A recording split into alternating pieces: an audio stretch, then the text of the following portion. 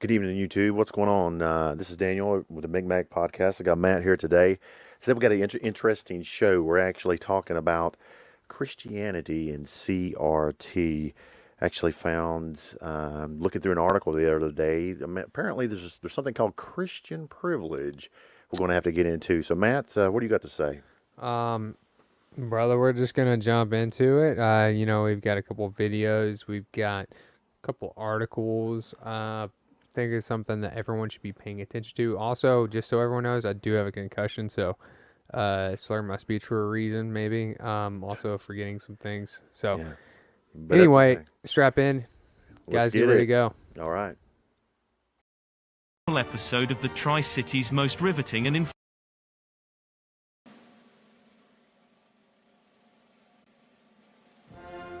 Hello ladies and gents. Thank you for tuning in to another wonderful episode of the Tri-Cities most riveting and informative show. Live from the hills of the Appalachians, the McMak podcast, where your conservative libertarian hosts, Daniel McCrae and McMak talk with you about some of today's most important issues and discuss how they affect you, the freedom-loving citizens of northeastern Tennessee. So, light your cigar, pour a glass of your favorite bourbon, kick up your feet, and get ready to dive right in. This is the McMak Podcast. All right, guys. So, like I said, today we're going to talk about Christianity and CRT. And we're actually going to start out with a video. Matt hasn't been able to watch it yet. This gentleman named Vody Bauckham. Vody Bauckham. This gentleman is a Christian pastor, and he actually educates people regarding CRT and the church. But before we actually get into that video, I want to talk about a couple things first. Like, subscribe, tell everybody about McMak Podcast. We are actually on Spotify also. Actually want to mention the Soldiers of Gideon. They actually have a ministry over in Unicoi County. If you want to actually support them or actually get to know anything about them, there is an email address. It is the truelight333 at gmail.com. So hit them up, man. They're doing actually a lot of good work. They're helping out the homeless and stuff like that. And it's just something that I think everybody needs to get into, being that we're actually talking about Christianity today. So it's the Soldiers of Gideon. We also have something going on with the Unicoi Police. Apparently, they're trying to get rid of the Unicoi Police Department. So Monday, you need to go out to the Unicoi Visitors Center at 5:30 p.m. That's on the 21st. And that is to actually support the Unicoi Police and have them keep on doing what they're doing because they're trying to do some good work over there. Man, what else you want to say, man?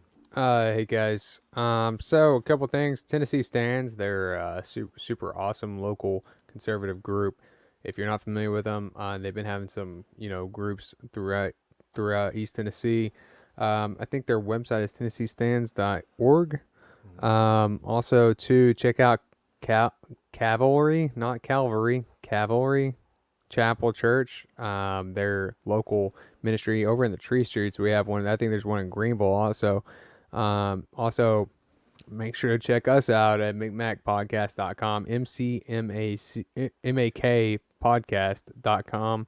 Also, check me out at MattForCongress.vote. But again, with Cavalry Baptist Church, they're doing some great stuff. For those of you who are unfamiliar with that, they started out with a bunch of hippies and surfer dudes over in California. California beaches like Santa Monica or something like that.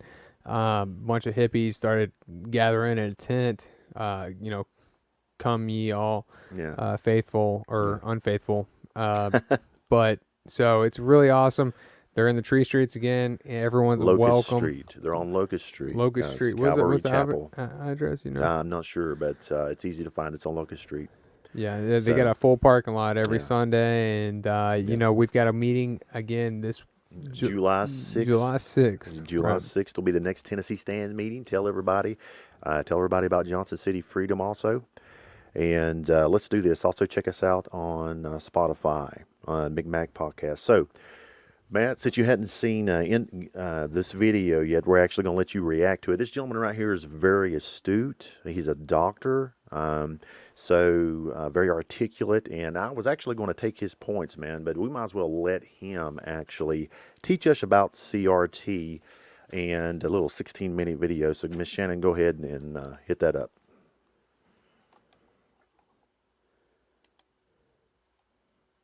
These terms and terminologies, hegemony, oppressor, oppressed, marginalized groups.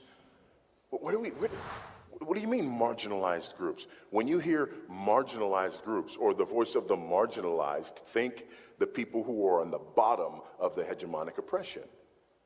This terminology reeks of Gramscian Marxism and critical race theory. Well, so what is this critical race theory? Remember that's what we were supposed to be getting to. What is this critical race theory? I'll let CRT speak for itself. I'll let the fathers and founders of CRT give you the main principles of CRT. I think the best way to understand it is to give you these 4 main principles of CRT. And remember, according to this resolution, CRT is an analytical tool, right? That helps us analyze issues of race and so on and so forth, okay? It's principle number 1. Again, not me, not my words, not my words. This is from the seminal work on CRT.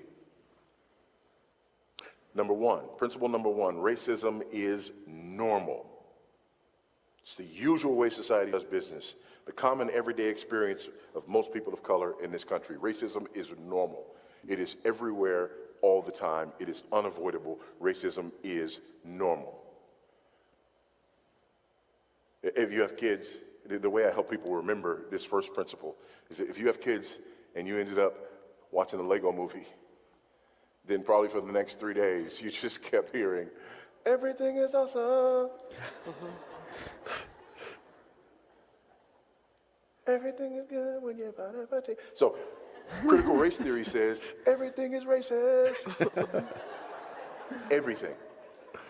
The most popular book, critical race theory book, practical critical race theory book, right? There's a huge academic literature, but there's also these practical expressions of it. The most popular book is a book titled White Fragility by Robin DiAngelo. And there are Jim churches is making them even more popular because he's been buying the book and give it to everyone. You keep going. Yeah. Robin DiAngelo's White Fragility to help white people We need to, understand whenever you buy race though, and racism. it should be like an option, be like, we Christians. don't agree with you. We're just buying the And book so we can DiAngelo show says everyone. Right. that in terms of, interactions with people, you don't have to ask whether racism occurred. You ask how racism manifested itself here. Because we assume that it occurred. Why? Everything is racist. Everything. By the way, this is what the 1619 Project is all about.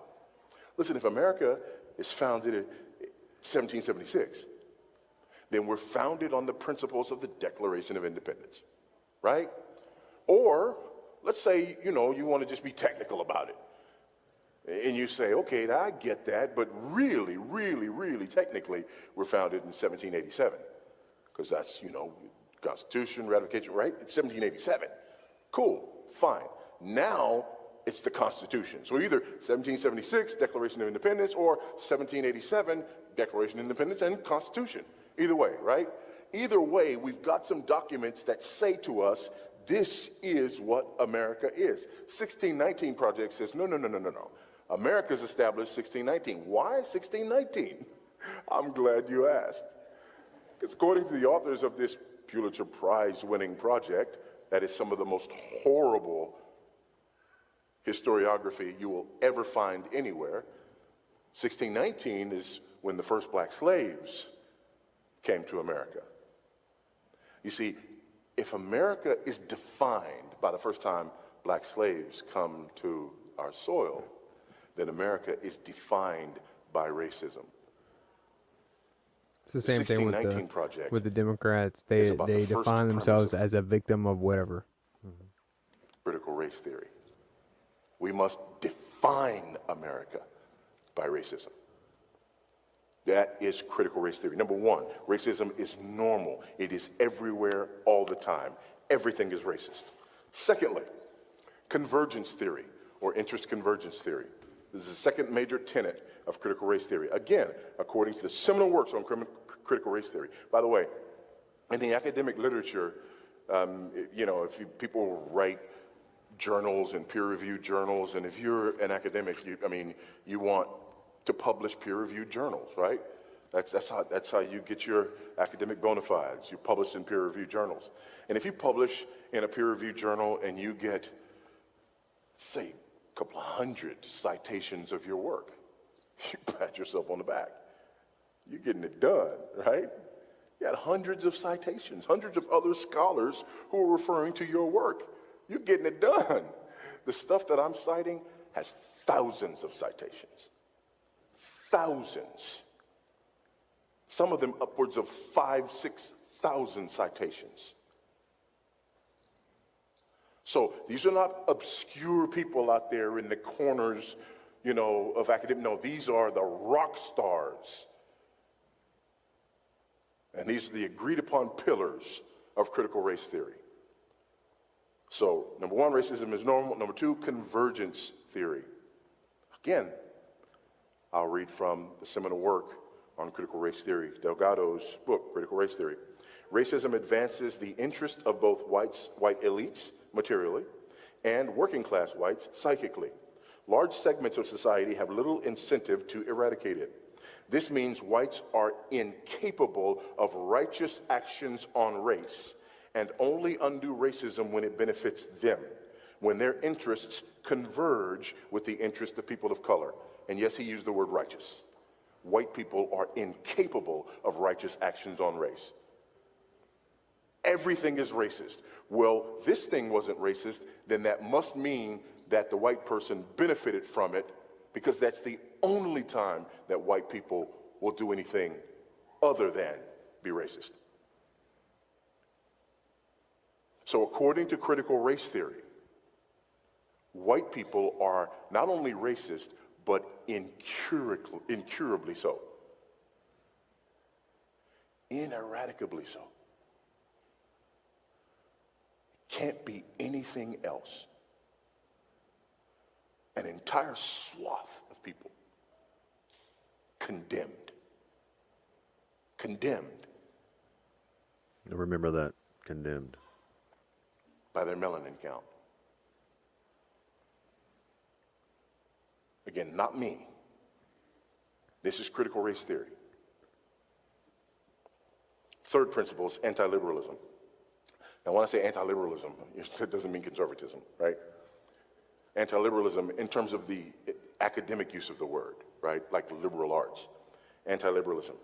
CRT questions the very foundations of the liberal order, including equality theory, legal reasoning, Enlightenment rationalism, and neutral principles of constitutional law.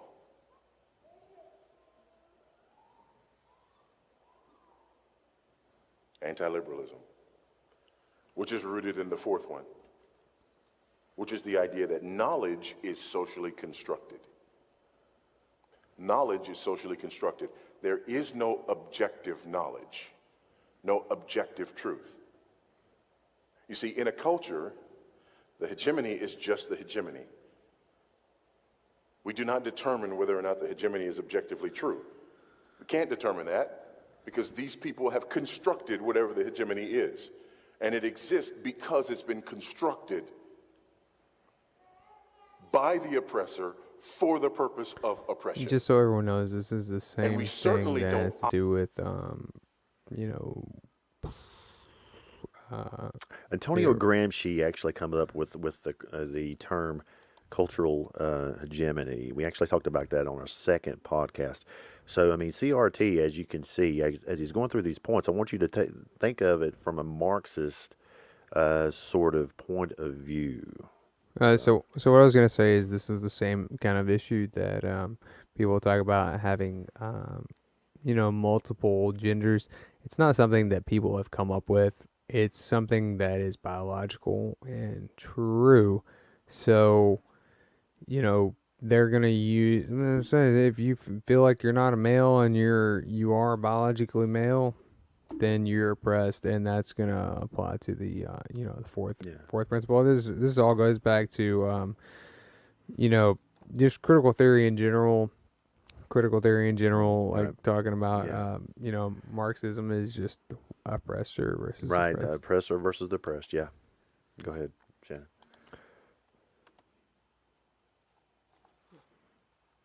Operate within its confines. So, Delgado writes, storytelling, narrative reading is the way black people forward knowledge versus the science and reason method of white people. Science and reasoning is white. The scientific method is white. There was a big stir last year when this flyer came out from the Smithsonian's Museum of African American History. And this was kind of an explanation of, and an expose of whiteness. And there were certain things on it, like this is whiteness, like scientific method, emphasis on being on time, emphasis on self-reliance. Yeah, these sorts of things. The basic understanding of the nuclear family, which is why Black Lives Matter, before they took it off their website, made it clear that they were about deconstructing, destroying, undermining the Western nuclear family. By the way, just like Marx was, just like Hegel was, just like Gramsci was, and just like the Frankfurt School was. Why? Because the family is a powerful actor in the transmission of hegemony. If you want to break this, you've got to break up families so that children are not raised in these institutions that pass on tradition so effectively. Also, the most powerful indicator for success is having a two-parent household.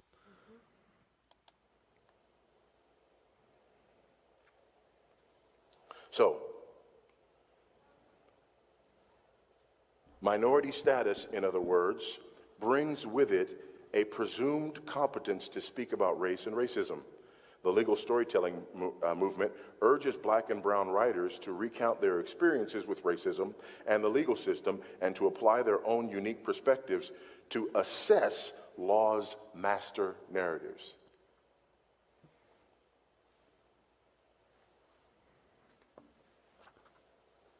I coined the phrase ethnic Gnosticism to sort of explain what we're dealing with here.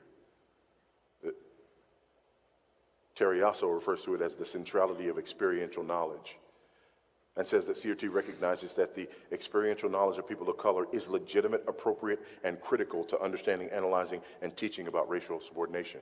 By the way, this last principle of CRT, the idea that the experience of marginalized people is a means and a vehicle to discovering knowledge. It's another way of knowing, right? This principle is everywhere. Not everywhere, it's everywhere. That's beyond everywhere, right? It's everywhere. Let me give you a couple of examples of this, right? We have an issue with race. There's a problem with race, and there's a problem of, people like to say, racial injustice, right? Okay, fine. There's racial injustice. Let's go change the unjust laws. Nobody's saying, hey, this particular law, nobody's saying that, right?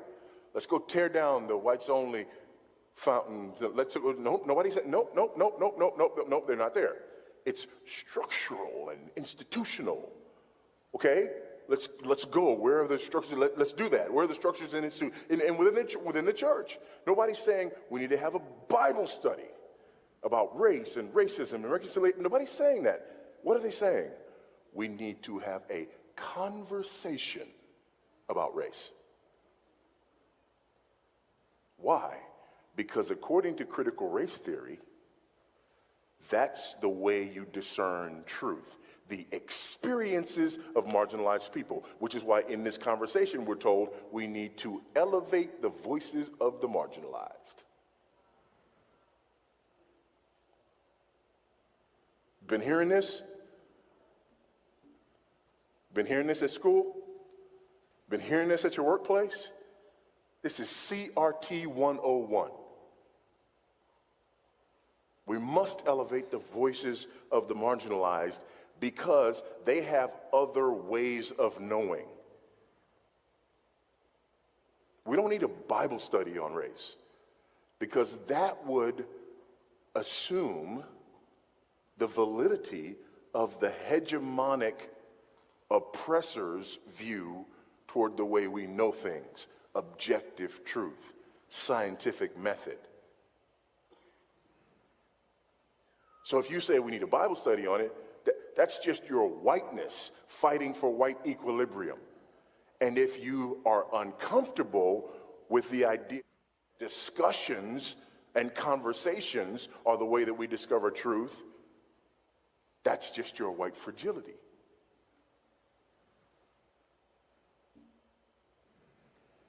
Which talks about, that goes back to the circle conversations that they're having.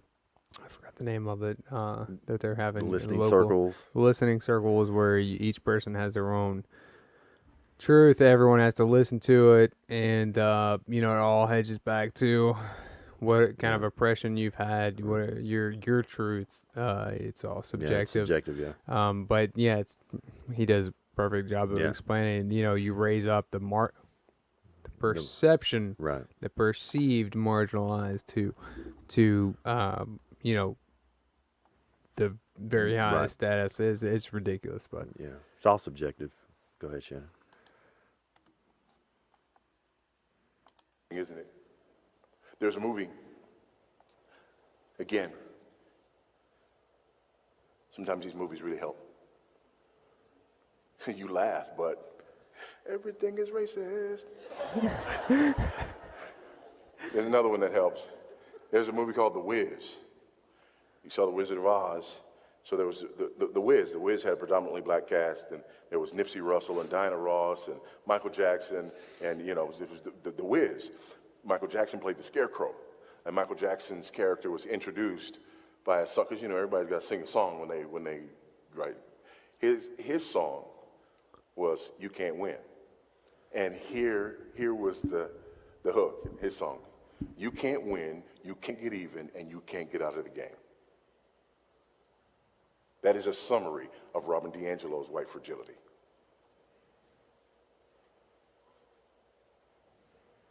When it comes to white people and the charge of racism, you can't win, you can't get even, and you can't get out of the game.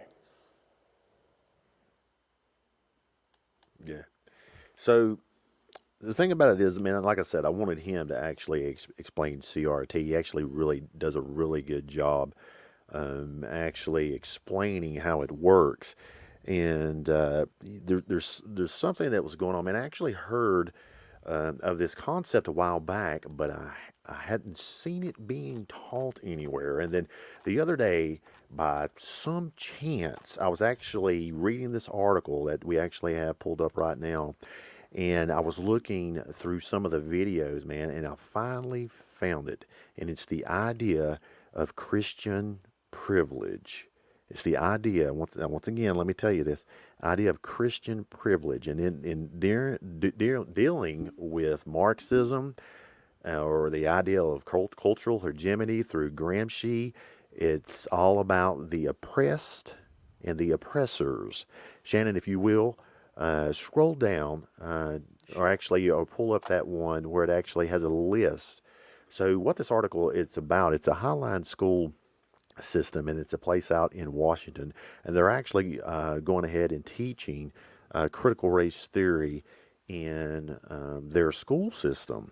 And so one of the things that we're actually pulling up right now is a list of privileges that this lady is actually teaching about. If you scroll back up just a little. No. There you go. Oh, is that it? Yeah, see, that's it. And see, this is one of the PowerPoints that this lady is actually teaching on. And as you see, these list of privileges that are there.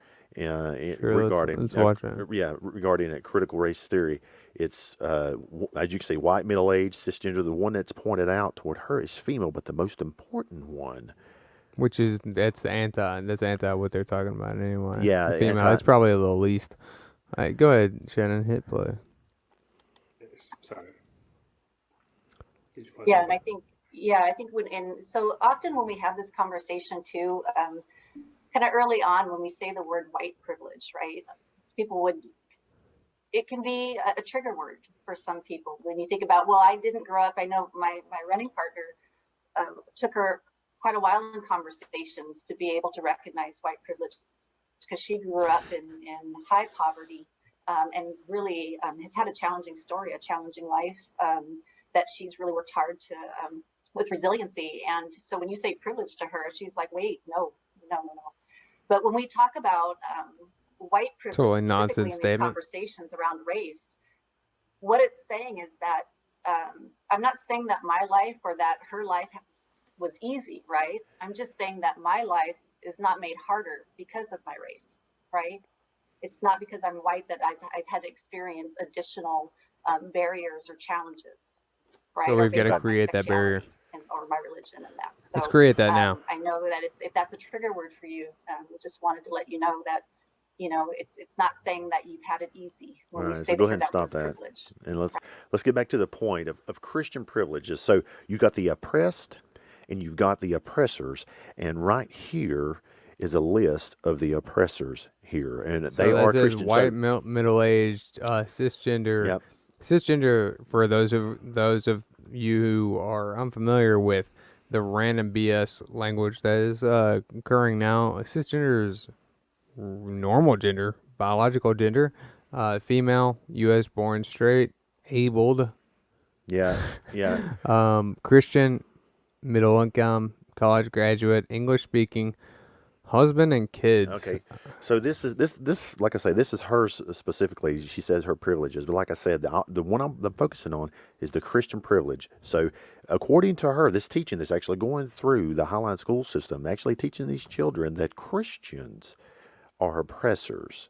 And I was waiting on this to actually come around because I had a feeling that it was going to. Now, so let's think about this for a second. And I'm tying all this back into the church. And here's the thing. So you got the Southern Baptist Convention, which actually voted in all these CRT principles into I guess that organization last year. And there's some people that are actually speaking out against it. But according to CRT, it says right here, Delgado, the guy's name that wrote the book is Richard Delgado, who actually teaches down at the University of Alabama right now. He said that white people are incapable of righteous actions on race. Now, here's the thing.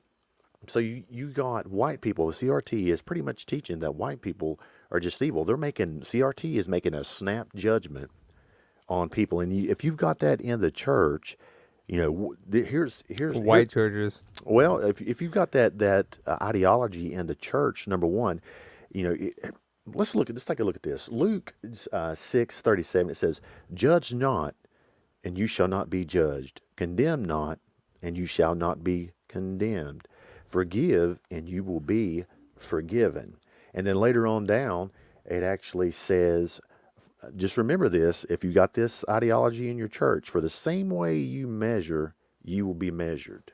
So, I mean, here's the thing: you can't condemn people because of how much melanin they actually have in in their skin. Actually, when we were talking in the video with Vodi Bakum, he said a whole race condemned. Well, yeah, he's talking about critical race theory. Number two is the convergence theory, Right. is what you're talking about. People who, they're incapable of doing things based on their skin color. Yeah, but this goes back to the whole thing. You know, um, judging people on their Right. skin Right. color. You know. What were you talking about, Luke? Too, is those people are actually judging people on their actual deeds. Or judging people on their past. And because the Bible actually talks about nothing to do with race. There's absolutely no mention in the Bible at all about race. It's based on where it talks about where you come from. So we have to assume that everything is based on what your actual actions are, because again, they don't define your race in the Bible.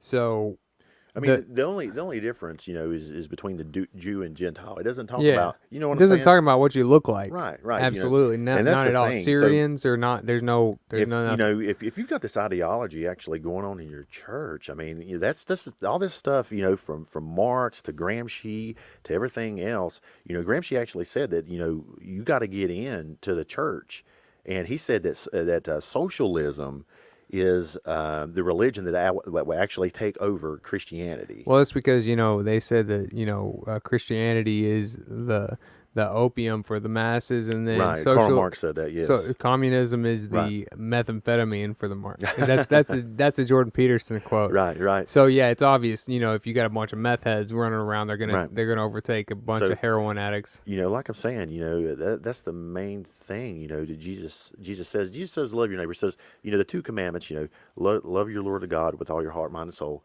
and love your neighbor as yourself. He didn't say, love your neighbor if they're only white, or love your Yeah. neighbor, if they're only black. You got to love everybody, man. And that I just want to bring up real quick. When we had the meeting for the Tennessee Stands, or for the Johnson City Freedom, whenever the Bible talks about standing up or loving each other, it's not talking about loving each other with joy, Right. or with happiness, or jubilance. Loving yourself has to do with doing things that are good for yourself. Okay, going to the gym. I'd like to use this analogy because you go to the gym, you don't enjoy it initially, you keep doing it because you know it's good for yourself. That's loving yourself, okay? Whenever then you apply that same principle to other people, it's like I used an example at the meeting. If I see a homeless guy and he's asking for money, don't necessarily have to give him, my $100 bill. I've got, a couple fives. I give him $5 because I treat him the way that I would treat myself. If I am that person on the side of the street, do I assume that they're going to give me all of their money, give me all of their wealth? It doesn't make any sense, okay? We're all in this together. We're all living together. I'm trying to help him out, give him, what I've got, just, Right. and that's me loving him as I would, loving him as I would expect to be loved. Jesus And says, it's not the when you same. give stuff, give stuff happily. And You know, you've taken freely, so give freely. But it doesn't say give everything that you have. Right. Oh, no. But that people don't have. C.S. Lewis will tell you that it's not about enjoying. It's not supposed to be super fun or Well- whatever to help each other, and that's what we talk about with loving each other, as far as like loving people who don't believe like Right, us. exactly. It's doing what's right. Right. You don't have to treat them badly if they distree with Right. you. It's But doing what's right. right, yeah. Treat them with dignity and respect. So that's the main thing I wanted to get out about Christianity. And being that I'm on my soapbox right now, this is something else I just wanted to add in. If your congregation is actually voting on what is right and wrong, or what you're going to allow in the church, it doesn't matter what the subject is. If you're voting on what is right and wrong, Jesus is not your God anymore. You are, because you're actually Right. dictating what is accepted in the church. So I know that's actually went on in actually some denominations, and in some churches, that's the thing. I mean, if I was sitting there and I was in a church and they were voting on whether something's right or wrong, I'm just going to point at my Bible and say, well, the Bible is just the Word of God. That's what is right. He actually decides what's right and wrong. I mean, I want him to be my moral guide anyway, because who's done some bad stuff? This guy. So I need the Lord in my life, to convict me and everything else. But the ultimate leader of the church is Christ, not us. So if you're sitting there and you're voting on what's right or wrong, I'd be like, I don't know. You might want to check yourself. Right. And again, loving the people around you is not necessarily enjoying it. You can be, C.S. Lewis Right. tell you, you could be the most bothered person in the world and really just despise helping other people, but you do it, Yeah, right? but And I'm well, not saying that that's what you should do, but what I'm saying is that right, that's loving people. Like if you think about your family, like you have a loved one who keep messing up, you know? right. It's Well, like, but it's hey 70 man, times 7. I mean, I yeah. understand you're not going to give him your money or, The point I'm trying to make right, though is just right. that that's not like people have a misconception of love as like, oh, I Well, love you so right. like I love you Okay. like you love your I dog. got you. Well, It's different. what you're talking about is enabling. Well, You have to, no. okay. I'm saying, Paul says in Romans that, obedience breeds loyalty, right? And that loyalty is really what love is. Love is doing what you're supposed to and Right. doing it without any other reason other than just what you're Because supposed it's to do. right.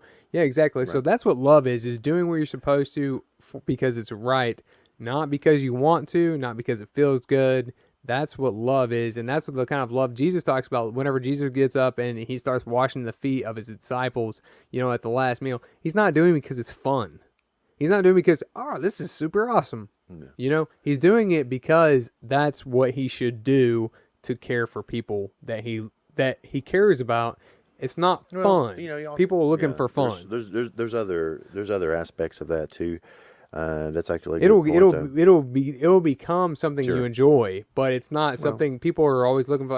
Well, man, right, maybe I'm just not doing it right. I'm right. just not loving people right. It's not. It's So, like no. yeah, so the main thing is, guys, when it comes to CRT and the church, oh man, I would just be careful with that because, according to CRT, pretty much white people are oppressors. Now the Christian church is oppressor, so I'd be careful with that. Now, if, from my libertarian standpoint, if that's what you want, hey, go ahead. But I can't agree with an ideology that Your actually. conservative standpoint. Yeah, I can't agree with an ideology that just condemns people because of the way they look. It doesn't matter who it is, Well, yeah, you no, know. it's not Christian at all. Right. Shannon, what did you call the next video, girl? What's going on with that I one? don't know what's happening there. There we go. Is Okay. Yeah. that the So, next one? yeah, this is back to the video, Daniel, I think you started, or the article you started talking about. Yeah. Well, So, actually, I want. Okay. Are you which video are you actually going to? I'm sorry, it's the article about the The, Highline School. yeah. Okay. So what I want to point out, besides being the Christian privilege, the part where it shows that people are actually teaching this stuff is the comments down at the bottom, and this is some of the comments. An example of a comment actually coming out of someone who's actually been taught CRT, Okay. and it's at the very bottom Mm-hmm. of the article, and it says right here. It says this apparently there's this lady. She's a school child, and her children at the school, and this is what she says. This is what she took from it. Okay, it says, for my people, Mexican Americans, they have to go through the struggle of coming to America and having to work for their family to give them a better life. But for white people, it just comes to them, the student says. They don't have to work for it. I guess that's what it seems like to me. So that's what this people, or excuse me, this person has actually got from CRT. And it says that, white people just have, I mean, gotten everything. I can see how someone would think that, especially whenever Yeah, you have no family here, you have no lineage here. But that's the thing about the United States is like I said, I've said previously, my uncle came here from Egypt. right. My dad, they both had started businesses, and my uncle just started a restaurant. He has no background and knows anybody. He Hmm. started a restaurant. It's good food. People come to it, and Sure. you start making money. Hmm. So this person clearly has no idea of no understanding of America because Right. she's clearly just Well, she's delusional. Especially if she thinks that she's here, someone's interviewing her. Like, in what country do we give a flying crap about whatever you're talking about unless you're in the United States? That's just the perfect example. right. Well, but the thing about it is it's indoctrination. Yeah, she's She's indoctrinated. actually being taught what to think instead of how to think. Yeah, I mean, it makes sense to her, right? She's like, yeah, well, someone else will give me some money too, right? Maybe. Yeah. So, and that's crazy. So, and there are other things that are actually that have went on in the next, or excuse me, the last 2 weeks that have actually really popped up my antennas. regarding, this white privilege thoughts and stuff like that. And actually, let's go on to the next article. This one actually was pretty big in the nation. And what it is, it's a this lady out in California. Apparently, she worked for Amazon, and apparently she got into, I guess, a verbal altercation with this lady regarding a package that wasn't on time. And she told I guess, the white lady to check her white privilege, and then the lady come back with an expletive right here, as you can see, and then the lady, then the lady just started beating on her, and There's a video down. Scroll down. yeah, there's a video There she is. She's of it. Latina. Yeah, and she's Here telling, she beat a 67-year-old white lady. Let's scroll down. yeah, Okay, we're going. There we go. Yeah, let's watch that video. She says you don't have to be a bee about it, and then boom! She's had enough of that white privilege. I'm hitting you in the back of the head with your white privilege. What's she hitting her Oh, with there? she looks like she's got a purse or Keys? something. Yeah. Yeah, keys. She's like, I'm not ordering anything else off Amazon. that's right. But the thing about it is, she's pleading self-defense. I would have, honestly, if I was that lady, she's lucky she's not in Tennessee because she might have got shot. She probably would have got at least stabbed. Yeah, And so, she's still like, what? Yeah, she's getting in her house. yeah, I so, wouldn't turn my back on her again. Yeah, That's for sure. so No, no, she's going to call her supervisor. yeah. Oh, no. No, I'm going to, yeah. What? No, take your packages. No, take your packages. Yeah. Okay. So, I'm not coming back. I mean, that's just one. That's one And idea. she still worked her job. Like, that's total obviousness of just like she thinks she's gonna get away with that. She's like, because you got white privilege, I can do what I want. Yeah. Well, later on, well, down in the article, it says Can't that she believe that. actually got fired. Thank God. So this is For now, it's not gonna yeah. happen forever. That's just things that are happening. That's weird that these teachings, about white privilege and stuff like that, are actually in society, and this is what happens. Yeah, she's got her. It's like a wallet with a chain on it. Yeah. Yeah. So I mean, that's unfortunate. But there's actually another. There's to be repercussions for those kind of things too. In these places also, police are not responding to these kind of incidents. So Yeah. it's decriminalized. Right. So the next article, this is pretty interesting. So apparently, I don't know if you guys had seen this on the news, but there was a gentleman in Georgia, on the Georgia line around Phoenix, Alabama, and he actually just went around shooting people So randomly. let's watch that. You got Yeah. to unmute it though. Yep. Yeah. Solve a months-old puzzle tonight. Whose bones were discovered Nah, back in that's not February? it. That's Yeah. not it. Nope. Scroll down. So Scroll down. but anyway, so Give it a this read guy, if you let's want. just read it. Justin Roberts, 39, faces charges after allegedly shooting 4 people on June 11th after 10 p.m. One person at the Courtyard by Marriott in Phoenix City, and then 3 at 1032 Broadway in Columbus. And then on June 12th, around 2 p.m., Columbus police responded to a shooting on 3rd Avenue, 4th Street, where they found one person shot. Police searched the historic district. They took Roberts into custody around 4 p.m. And so, Pleaded not guilty, huh? yeah, well, he pleaded not guilty, but he actually said he had to get them. He said right here, it says Assistant Public Defender Robin King, who represented Roberts today, entered a not guilty plea on his behalf. In court today, Columbus Detective LeBrandon Lockhart described the shooting scenes. Witnesses described the man they saw shoot as a black male wearing tan pants and a black shirt. The man shot in the Courtyard by Marriott parking lot was identified as Tylen Guyan. The police are not aware of any connection between Guyan and Roberts. Lockhart said patrol units at 425 3rd Avenue. During the interview, Roberts admitted to both shootings. According to Detective Roberts, said Guyan, I had to have him. He actually goes on later on down in the article, and he says, Like an accolade. yeah, he says, he's like these white men. The white men have been taking things from him his whole life, and then he course they actually have. said that military men, these guys look like military men, and so that's why he was shooting him. So, I mean, it's just crazy times. Now, granted, you know, it didn't say anything about white privilege or anything like that. Well, he did, I mean, he did say that white people have been Well, taking white stuff. people have been taking things from him. So, I mean, you know, that's true, but it didn't say the words verbatim.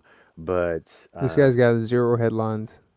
yeah, I mean, you know, If it was a white guy killing black people, you know, of course it would be. If he was saying, you know, we're tired of giving white people things, then it would be total front page headlines. right. But you know, of course, I mean, what that was that's an obscure. Will you go back to that last article? What news source is that? It's a very obscure. Um, News No, 19. What? it's local. It's a A local. local news station. It's the same thing with that little white kid who got killed by that black family or that black guy. You guys remember the little white boy Yeah. who the guy came and shot the kid point blank in the head, oh, and yeah. then Is that in North Carolina? yeah, it was North Yeah. Carolina. You know what? We got maybe 2, 3 news stations cover it. You know, because he's not black. Okay, and you know what else have we heard about it? Nothing. This was a little like 8-year-old kid got shot point blank in the forehead. By someone who had come to their house to eat dinner. Yeah, it was the neighbor. He was The out riding neighbor. his bike. Yeah. Yeah. It's complete BS. I'm very outraged. Let's go to the next article, please. Well, we got. Well, see, okay, and here's the thing, guys.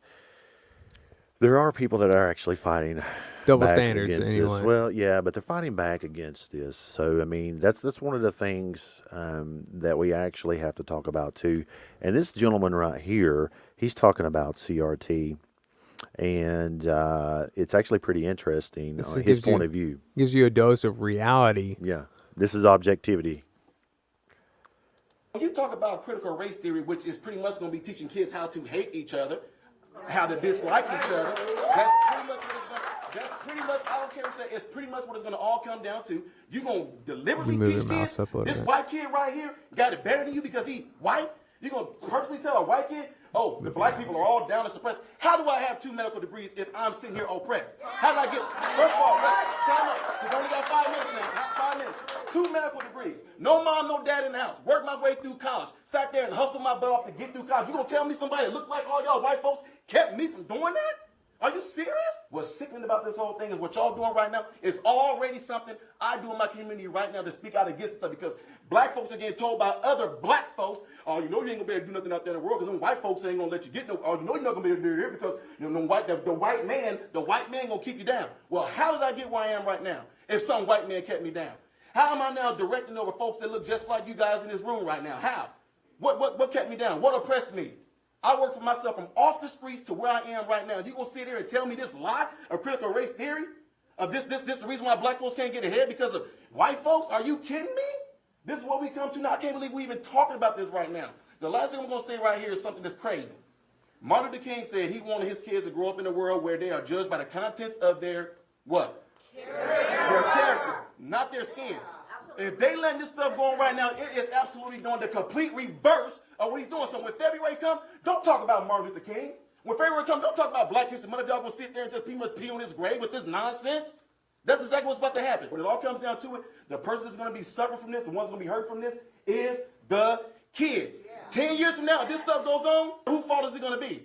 Whose fault is it going to be? Who we going to look back on and blame for this? Because this is stuff we're talking about right now. This stuff is going on right now. I do this stuff on a daily basis. I'm in the hood. I'm in the communities. I'm out there with folks in their face. I've been doing this stuff since I was 18 years old, talking to black folks. And you know what? None of them are buying this nonsense. None of them are. But if you want to implement this into the school system, I guarantee you to the day that I die, I'm going to be the very person right there debunking stuff, tearing stuff down, letting them know they can do exactly what I did and get exactly where I am by putting themselves to work and getting there. And ain't not one white person ever going to keep any of them from getting there. So the CRT stuff, BS. There you go. Yep.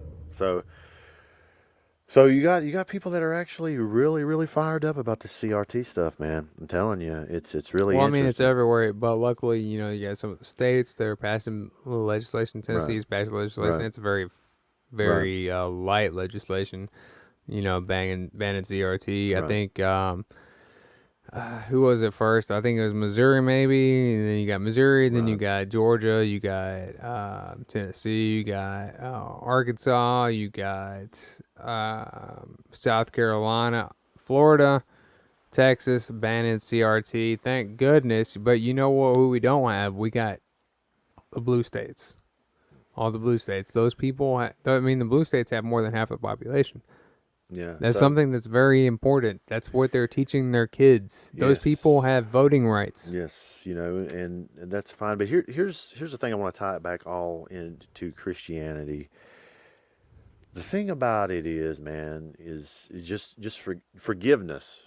And I just read, Luke 6:37. If you forgive, you will be forgiven. And man, there's no forgiveness in this country. But what trips me out is, according to CRT, it's structural and structural racism and institutional racism and stuff like that. I mean, that may be going on maybe in some blue cities. I've always made this argument, maybe I don't believe on a macro scale that this country is doing these racist stuff, but maybe in some areas on a micro level it is. Maybe I mean I don't know. I don't go to big leftist cities, that all this stuff is going on, but at the same time, there's no forgiveness. I mean, on the left, man, I've told you, I've said this, man, they go back 20, 30 years or however long, man, and they bring up stuff people have done, a while back. Unless they're towing the party line. Right. When you got Mr. Byrd, who Joe Biden went to and did a eulogy at a KKK Grand Wizard's funeral. Right. Apparently they don't go back too far. Well, but that's it. But there's no forgiveness in this thing, and that's what being a Christian is all about. So, if you're in the church, if you got CRT in your church and you're espousing this stuff, man, it's hatred. There's no forgiveness. But, that's the main thing. So let's go to this. Let's go to that last article that we're actually going to talk about from That's Blaze. the last one we got. No? And well, I mean, we had one from the Blaze, the ethos of forgiveness. Let's see, that's not up. Yeah, it's Okay. it's all right. Well, Tell us what that's it's about. actually the article. Let me see if I can find it. Yeah, just go Blaze and ethos of forgiveness, because this is actually the article that actually just blew all this up in my head. Forgiveness. Well, the thing is too, though. Yeah. You can forgive people, but Okay. I'm gonna be like, I'll be the first to tell you, of Okay. course. So I bring the sword, bro. I know you do. Yeah. I know you do. So let's scroll down and let's read this a little bit. So the ethos of forgiveness is what made America. Jason Whitlock and Steve Deese on Christianity versus wokeism. Steve Dace. Steve Deese, excuse me. He's got a great book on. It's called Fauciism. Okay. If you get a chance, you Cool. need to get that one. So let's scroll on down. Let's read this. So, Super smart guy. well, it's actually not showing up now. Anyway, it's talking about forgiveness in America. Yeah, read more, we yeah. started off. There you go. Okay, so we started off rough. It says. So I'll read it. Okay, go ahead. In this clip, Dace establishes that in wokeism, you must constantly repent of your past sins, even ones you didn't commit, when you merely look like those who did, in order to demonstrate the shame you feel for them. But with no assurance, any amount of repentance ultimately leads to redemption. You are therefore constantly accused, but never really restored. Days continued, but in Christianity, we are only responsible for the sins we've actually committed. We bear no one else's sins to burden, and when we repent of them under the covering of atonement of Christ that Christ paid on the cross, we are free forever from the shame and are redeemed. The point of confronting sin to produce the correction that leads to restoration. Whitlock agreed with Dace's definition of wokeism in Christianity and likened wokeism to a marriage without forgiveness. It puts us on a collision course for divorce, Whitlock explained. You can't have a United States of America if there's no forgiveness. Watch this clip. And so, I mean, what you got is, they're digging up stuff, from In the 20 name years of ago. Christianity, though. Yeah. But they're not. It's not Christianity what they're doing. They're throwing CRT like we were talking about earlier. Right. In the beginning of the show, that they're throwing in CRT stuff. Sorry guys, it's my dog. Yeah. We're throwing in CRT stuff with Christianity, and Christianity has nothing to do with it. Kira. Sorry guys. Yeah. So you know, the thing about it is, it's all. They actually go in. I've got the actual book, White Fragility. I'm actually reading it back right here. I'm actually about halfway through, and one day we'll actually have some people on that actually read the book, and we'll just discuss that. What is? How long is that clip? I don't know. Once you hit play, It's Wokeism. 14 minutes. 14 minutes. Ah, Yeah. that's okay. So you know, like I say, forgiveness. You know, there'll be no healing in this nation until there is forgiveness. But the bad part about the whole situation, you know, they're pulling up stuff from 150 years ago, you know, 400 years ago with the 1619 project and stuff like that. Well, we can't apologize for that. We didn't do it. Which again, you know, we talked about before the show is it's the same stuff that Nazis were pulling. They weren't calling it CRT. They weren't calling it, you know, blaming it on Christianity, but they blamed the Jews, you know, for Yeah. things that the Jew, like, you know, people didn't do. Yeah. 2,000 years later, it's like, well, you It's know, the we same- didn't it's kill the s- yeah. Jesus. You know, and first of all, if you're Christian, you have to understand that Jews had to kill Jesus to fulfill the prophecy. You know, so it's Yeah, like, I mean, so how bad could they really be if they had to do that? You know what I mean? It's like they didn't know what they were doing at the well, time. you're But talking. what I'm saying is like, but the point That's is pretty it deep was. philosophical Yeah, it talk, is. but It is. Yeah, Too it's like soon. an innuendo, right? It's like Yeah, you go, yeah. but But the thing is that's the same kind of game that they're playing. It's like, oh, the Jews are responsible for everything. Well, are they? Well, because they're conservative with their money. You think that they control everything? You yeah, work for a wage. You know, you controlling your own stuff. So, but you know, if you look at any civilization history, if you ever want to go to war, you have to have someone hate.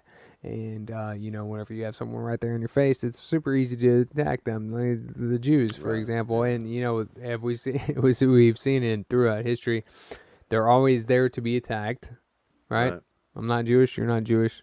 No one here is Jewish, but you know, that's the same critical race theory. yeah. It's the same thing. So I was gonna say, but anyway, so the main thing is forgiveness, man. We got to have forgiveness before you can heal. And I don't know, but there's a couple points. I was sitting there thinking deeper about this stuff about Christian privilege. Now that idea is out there and being taught now, people on the left, they want to get rid of the Constitution. You know, they say it's outdated. So we have this document called the Bill of Rights. It's unalienable rights given to us by who? Given to us by who? by God, By God. All right. So, and it's the God of the Bible. So, I mean, I think this is the God of the world, yeah, God yeah, of everything.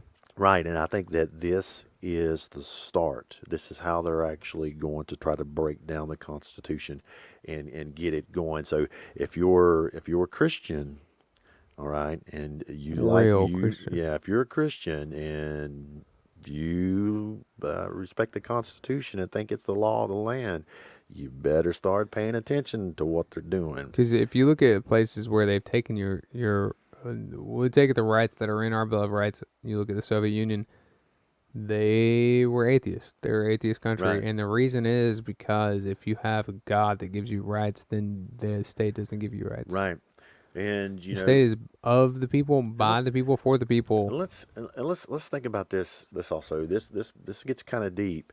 But let's say, for instance, being that racism is institutional, by the definition that Robin DiAngelo's got in her book and everything else.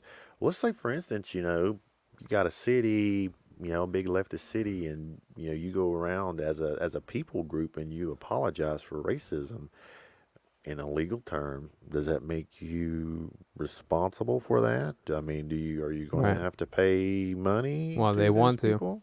Yeah. So, make them feel better. that's just something, that's a pretty deep thought. That's something that we got to talk about. But as I always say, man, love your neighbor. Love your neighbor, but again, it doesn't mean that you have to like. I mean, you don't have to. People get confused. People get confused about love. Love is doing what's right for someone else because it's right, not because you want to. That's love. Yeah, We do it to ourselves. We do things that we're not supposed to. We diet because we're supposed to, because we should, not because we want to.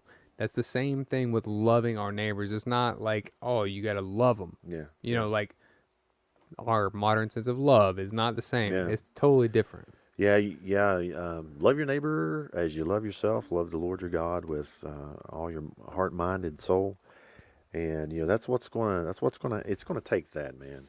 And we're gonna have to, It's you gonna know, take people are gonna that. have to keep speaking up, speaking out. And I'll tell you what, hopefully in the next week we're gonna have a congressional candidate on from California, District 34, Mr. Mike Cargile. We'll have Yeah, him it'd on be very shortly. interesting. Yeah, Very and we'll talk interesting. about immigration some more, Yeah, and you know, yeah, assimilation as far as culture goes. Um, you know, yeah. We also are going to have a gentleman possibly to talk about prison reform. That's another big thing. Um, we need to uh, we need to be able to rehabilitate these people that are in there, man. I got a soft spot for these people, man. A lot of people in their lives, have made wrong decisions, but they've went through the system, and we just got to, it's about forgiveness. You know what I'm saying? yeah, It's Christian nation, yeah. Well, I mean, Christian nation. that's what we got to We're a do. Christian nation, and Uh, until if we're not a Christian nation, we're screwed. yeah. Once again, I want to reach out to everyone. I want to tell everybody about the Soldiers of Gideon, their ministry. You want to reach out to them again? It's the True Light. Their email address is thetruelight333@gmail.com. Email them if you want to support them, man. They're doing a lot of good work over in Unicoi. Once again, we got to support Back the Blue. We got to take some people down to Unicoi on Monday at 5:30 to Visitors Center to actually talk about keeping these guys on. Yeah, and also Tennessee Stands, TennesseeStands.org. We've got Cavalry Chapel Church. Check those guys out. There's Yeah. one in Charlotte City in the Tree Streets. And check us out at McMakPodcast.com, MCMAK podcast.com. Check me out at MattForCongress.vote. And then, like and subscribe to us on YouTube. We've got Spotify if you want to listen to us while you're at And work. I'll say it again, man. Love your neighbor. Treat people with decency and respect. If they don't look like you, so be it. Still love them. You gotta love people, man. We're all in this together. Yeah, man. You gotta love people. We gotta be Americans first. Americans first. Don't let these people divide us, man. Don't let these people divide us. You know, Yeah. we have great people everywhere of all races and creeds. Be Americans first. We love you guys. Check us out, and we'll see you next time.